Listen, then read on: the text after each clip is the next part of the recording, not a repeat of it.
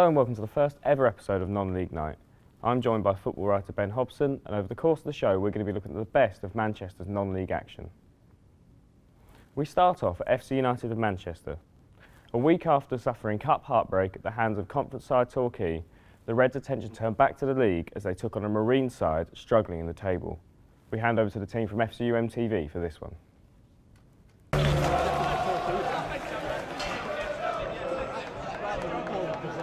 With the division at the moment, we're on the back of a good win after the Torquay game and then a good win against Barwell midweek. Josh, what do you reckon about today? I think we've just got to carry on, haven't we? We've been playing well in recent weeks, and I think it's important just to get the 3 points.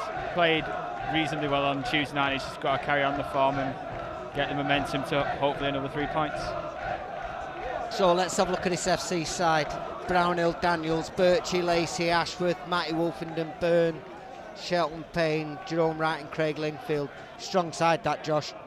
The pre-match comments about the side were that we're really developing some pace in the side at the moment, and that showed on Tuesday night with Shelton Payne, and when we brought Rory Fallon on, the kid looks like he's got real pace. So Marine kicking towards their own supporters in this first half, obviously hoping to get something from this and get out of the dire position that they're in at the moment, Marine. And FC followers, I would assume, hoping that we can... Got it. Cleared. Promising sign that, I think the fact we got behind them. But they're now on the counter-attack.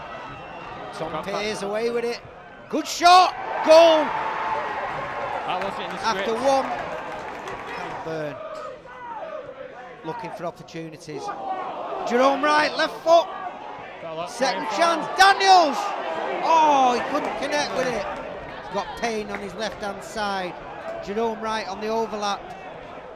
Go on, Jerome. First time. Great ball! Okay. Ooh. Birch. Second header, Linfield. A little bit more. Which have been very good at times this season. See, they're running through this midfield, aren't they? Yeah. Marine. Look at that. Ran all the way, the kid, and a good shot. Save. Gets a rebound, Tom Pears too. Oh, he took the rebound. Jerome picks it up. Inside, Payne. Right foot! Oh, good effort. Good effort. Built an attack up there. Good little turn by Pears. Good ball inside. Look at him streaming forward here, Marine. Unchallenged, Jamie Manat. Great ball. Could have been 3 that. But is that the turning point? Liam Brownhill. Good cross. Yeah! Cracking ball in. Linfield. Cuts inside on his left foot. Great ball that one. Well Keeper punched by the punches. keeper. Birch! Yeah! Get in there, Birch!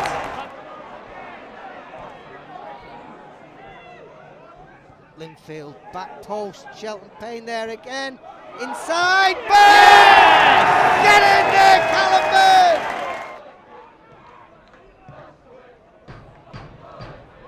Great control from Greaves there. He's won himself a free kick. He's taking it quickly. Payne! Yes! 4-2! Chris Lynch and Rory Fallon about to come on for FC.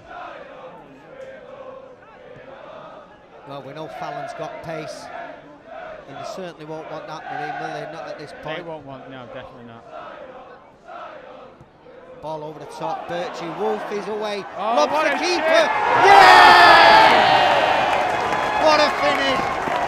Wolfie, what a lovely finish that. What were we ever worried about? Great ball. Headed in.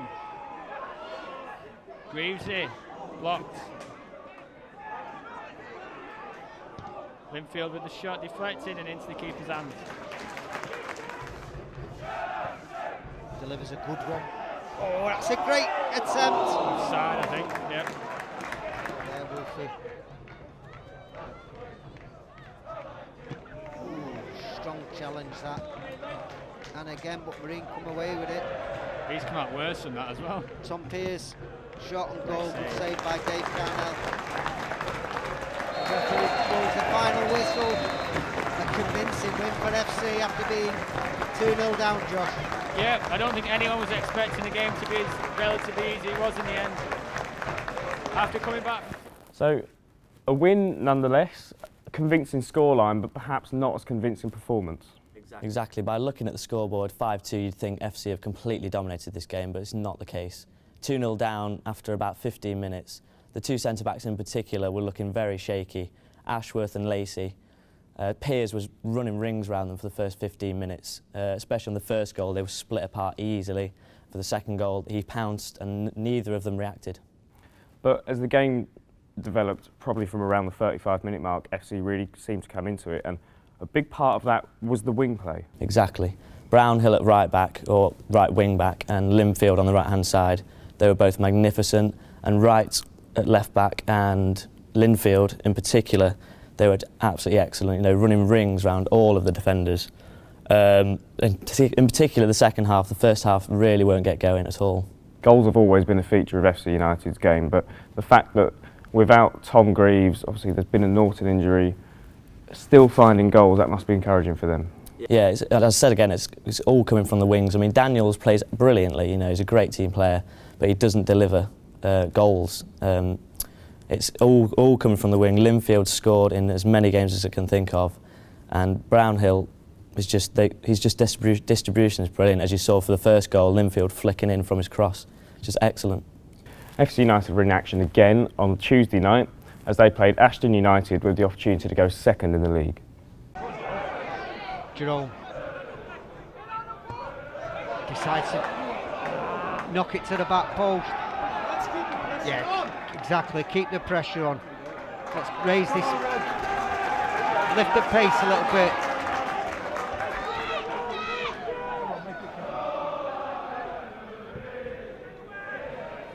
Ashworth gets his head on it. That could go anywhere. Yes! Greavesy! Tom Greaves, get in there! FC. Get in there, Greavesy lad! Well, it was coming, wasn't it? And they'd had a spell. Yeah, they're starting to build up ahead of steam, and finally we've got something. It was now. a good header that from Luke Ashworth. Kept alive, didn't he? Yeah, he did. And the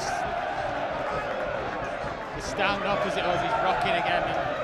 At the moment, it's very much as you were. He's onside. He was definitely onside. Look at Payne in the middle. Give it him. Yes! Second goal and finish! Tommy Greaves again. Well, Shelton Payne was yelling for it in the box, and Greaves managed to get it past the keeper and into the net. What a great goal from Tommy Greaves. Yeah. Connected with that absolute. Greedy so-and-so, Tom. An absolute belter, lad. Another brace from Tommy Greaves.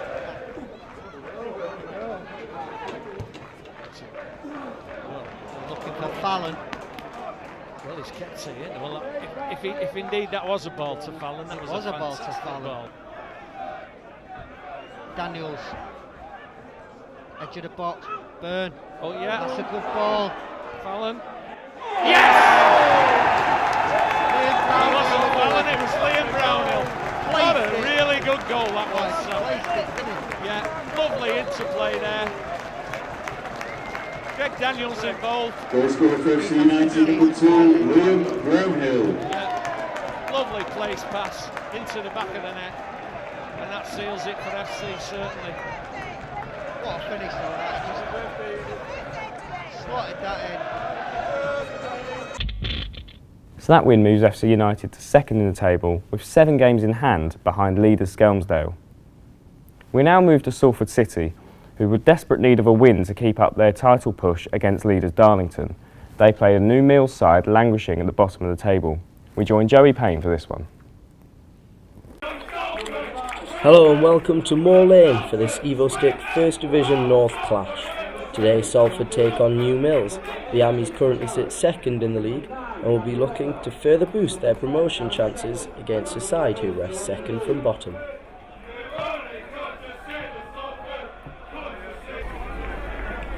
Long throw by Swirred, headed out.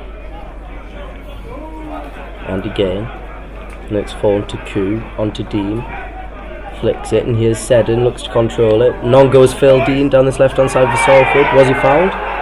Referee says no. Poor free kick there. He was lucky to find his own man in truth, but he's challenged now. And here's Seddon, good ball over, looking for Madeley. Sam Madeley's in here for Salford, round the goalkeeper. He's taken it just too far, but still has men available, like Seddon at the back post. Good save, Ashley. Great save by the New Mills keeper, and now they can look to get it away. Long ball over by Lynch. Took down by Jordan Hume, and Seddon! Good strike, 1-0 Salford, 15 minutes in. Tidy finish there by Seddon, and you've got to say Salford deserve it from this first quarter of an hour.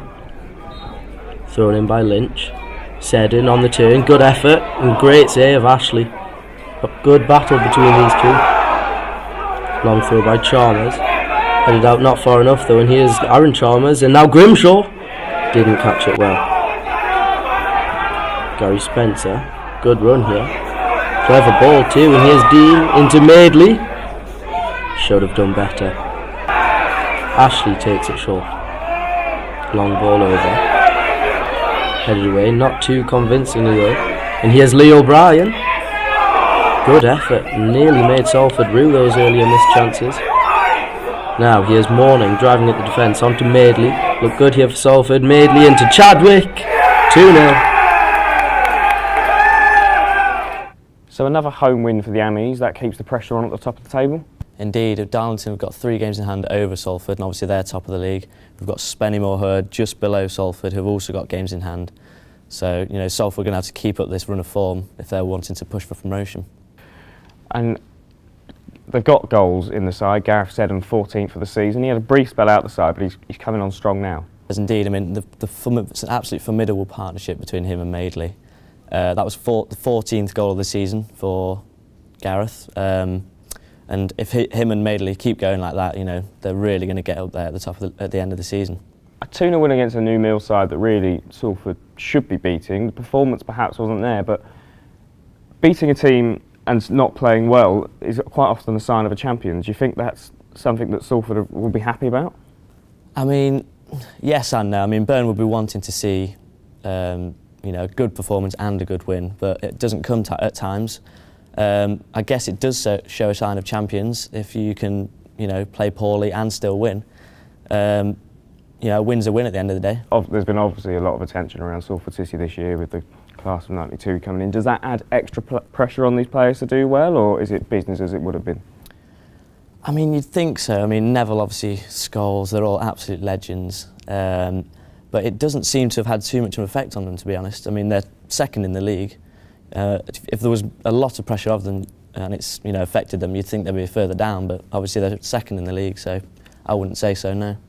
And eyebrows were raised when Phil Powell was given the axe halfway through the season. Do you think that new management team's come in and picked up and done the job well? I think so. Having come from Ramsbottom, you know, it's not the easiest of changes, but I'd say they've done extremely well to come in and, you know, win so far. So let's hope the best and see if we get that promotion. Over to Stockport now, who hosted Hyde. The Hatters were looking for another win to fuel their promotion push against the Hyde side. Hyde, keeping right to left. Gregory here, away from Moses. It's out to Luke Givering on the right hand side. He cuts back in, trying to find options. He's got the centre. He's got the centre. Ben Holmes. Ben Holmes looking for options. Tries the first time shot. Never jumped Hurst in that kind of range. Fabulous with the throw in. Comes to O'Halloran. He tries the long ball. Goes left. Gives it to Wolf to chase onto. Wolf's got Riley for company there. First time cross. Overhead Glover. Cleared away. Moses on the edge of the area here. Feeds it out wide to Chris Sharp. Chris Sharp. Nice fit was going for the fullback. Plays inside. Comfortable for the keeper. It's Brownhill. It's out to Connor Hughes now. Hughes tries to the centre of the half. Finds Givering. Givering neat through ball. Here's ball. Adam for company. Great block straight into the hands of Hurst. Long ball by the skipper Lees. Headed away by Brownhill. Oh, Hughes' back header goes nicely to Chris Sharp. Over to Dennis. With a great ball over to Wolf now. Wolf going to drive his defender. Cuts inside. First time ball. Onto the header. Glover! Off the post. So unlucky for Stockport. Duxbury, the long ball forward here. Brownhill tries to get the keeper. Oh, he's got this all wrong. Surely 1-0. Yes, it is. Christian Dennis, the benefactor, with 16th goal of the season. What a terrible mistake. Brownhill would not want to see that back again. Right, cut out again. Dennis, hide on the sea, drives the defence. First line shot, whistles just over the bar. Wolf got Riley for company here. Neat foot is cut inside. Shot straight at the keeper.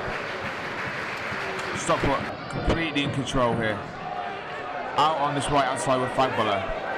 He's driving forward, completely unopposed as he ventures into the half. Looks for options in the centre. Tries the first line cross.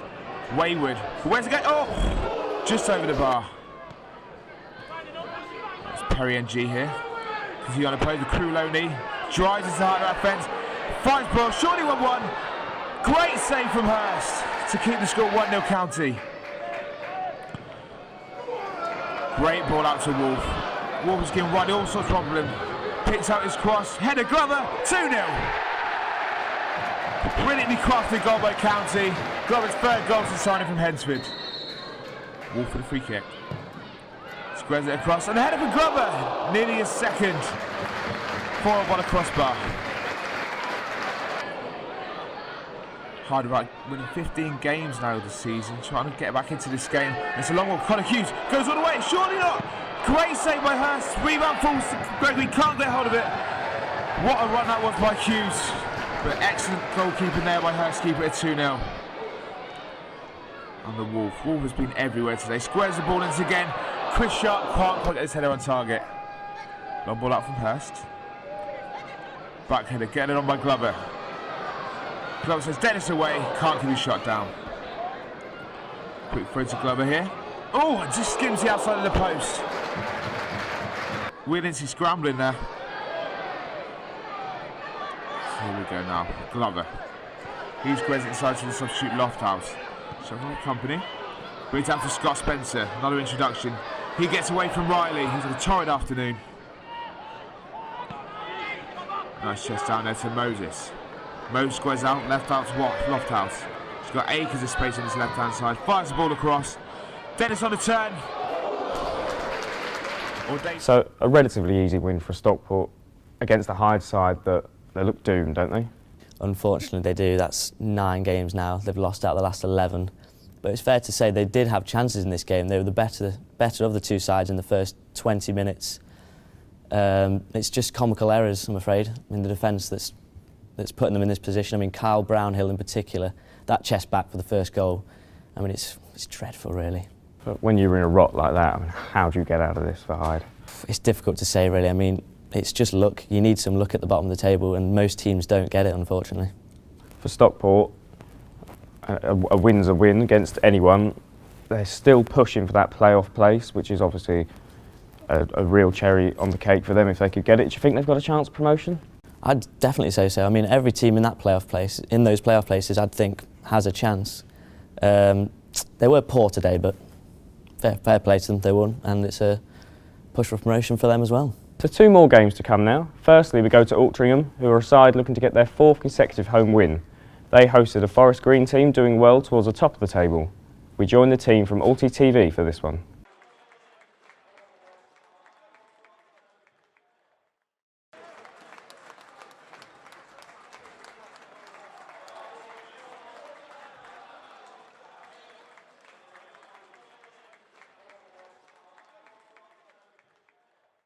It's cleared long. Coles puts the ball back in. Coburn comes, claims that very well, but that's a sloppy ball by Clee. And that's awful by Clee. He's played the ball straight into John Parkins, right into his path. Stuart Coburn, after punching Clay very well, it went straight to an Altrincham player. He was just out of position there, and you've got to blame Nicky Clee for that. And out for a throw-in on the left-hand side. Nicky Clee goes long into the box. It's over Kyle Perry. Damien Reeves, what a touch! Can Perry get there? He can! Kyle Perry has scored! Nicky Clee with a fantastic throw-in, a long throw. He saw the threat of Perry and Reeves. Reeves took a fabulous touch. He was trying to tee it up for himself, but it ran straight into Kyle's feet. His first touch was poor. It looked like he might have just overrun it. With the ball back to Sinclair. challenged by Richmond. That's a good challenge and mopped up by Malt. Out to Clay on the left-hand side. Looks to attack the fullback. Great ball in. Quick ball in. Can Damien Reeves get there? He can, but he's sliding in. It's a good effort. He's got it on target, but the keeper's more than a match to that. You'd expect the keeper to save that, but he certainly couldn't hold on to it, and it was a great move and a good hit. And here's James Lowe with the shot blocked. Here's a chance, and it's there! Sorry to take compensating duties off you, Brian, but what a great goal by Damien Reeves to make it 2-1 to Altrincham. A shot blocked, deflected, and who was on the spot in the right place at the right time, 6 yards out. You can finish your sentence, can't you? It was Damien Reeves. Clough clears out to the left-hand side. Kelly into Parkin. He's in acres of space between defence and midfield. His touch was poor, but it's cannoned off him. The clearance is cannoned off him to Marwood, and that's an equaliser for Forest Green Rovers. It looked like John Parkin had got himself all mixed up and confused there, but good stuff. Brighton, and he has finally with a bit of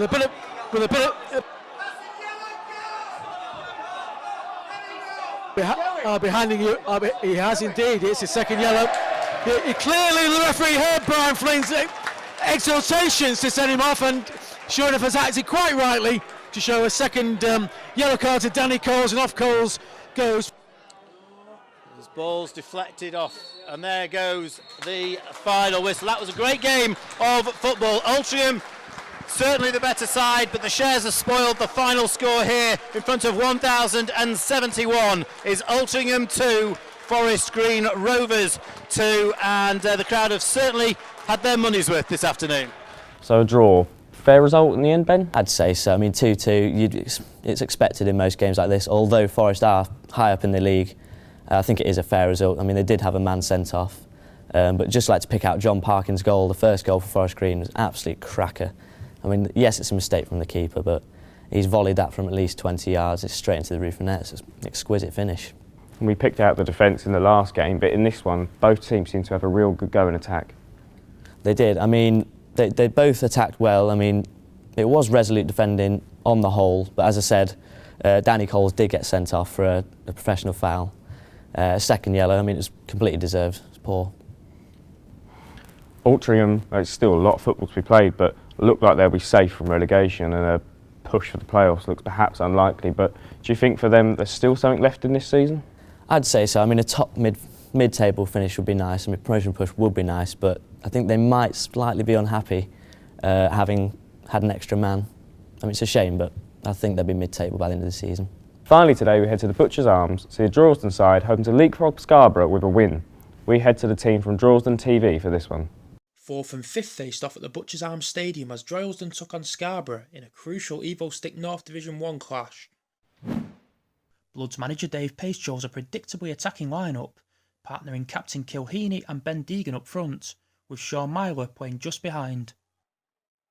With the stakes being so high and the teams atop the table being separated by so few points, it came as no surprise the first half was so tight.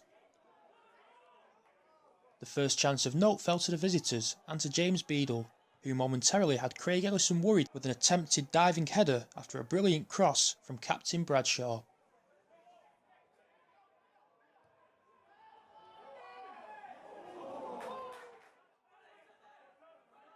Scarborough had the better of the opening 45 minutes, and the half's best chance fell to Cameron Murray, who saw his strike across goal saved by Ellison.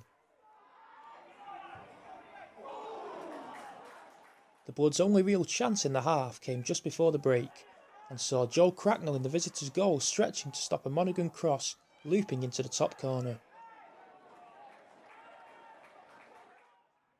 If the first half was anticlimactic, the second was anything but. The action early on was very fiery, and a late challenge by James Beadle almost sparked ugly scenes.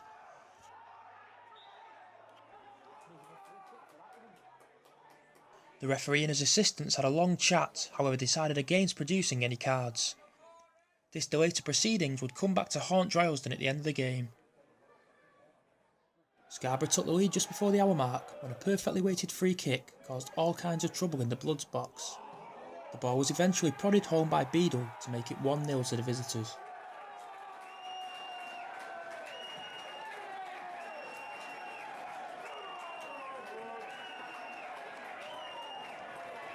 Droylsden were appealing for a penalty moments later. However, with Scarborough's defenders so close to Kilheeney, it would be impossible to judge this as deliberate, and the referee said no penalty. The Bloods were level on 89 minutes and must have thought they'd retrieved a point. Ali Brown's long ball was met by Deegan, who found Kilheeney, who produced a fine finish. After a lengthy interruption to play earlier on, 5 minutes of added time were awarded, and Droylsden went in search of a winner.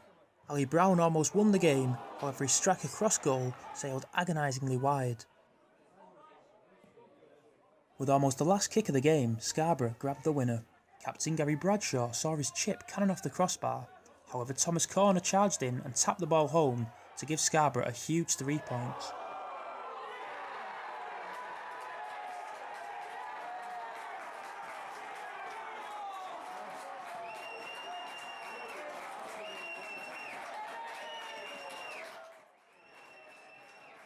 The visitors were understandably delighted at the final whistle and celebrated with their travelling supporters. For Scarborough, this is a huge 3 points gained. For the Bloods, a cruel, cruel point lost. Chances at both ends, but a fair result for Scarborough? I'd say so. I mean, although it was a last-minute goal, Scarborough were completely dominant, especially in the first half where Droylsden only had one shot, which was supposed to be a cross anyway. So I'd say 2-1's a fair result. Only 2 wins now for the Bloods in 2015. They'll want to rectify that. They are indeed. I mean, they don't want to be plummeting towards the bottom of the table, especially after last season's awful relegation battle. I mean, Ben Deegan is scoring goals, which is a sign, I suppose, that they could potentially push for a playoff place. But I mean, they're very lucky how they started the season. They were brilliant form. They had amassed a huge amount of points, and that's potentially what's keeping them up this season from being in a relegation battle. So that's all from us here at Non-League Night. Remember, you can tweet us at Quays News using the hashtag Non-League Night, and we'll be back at the same time next week with all of this week's end goals in action. Good night.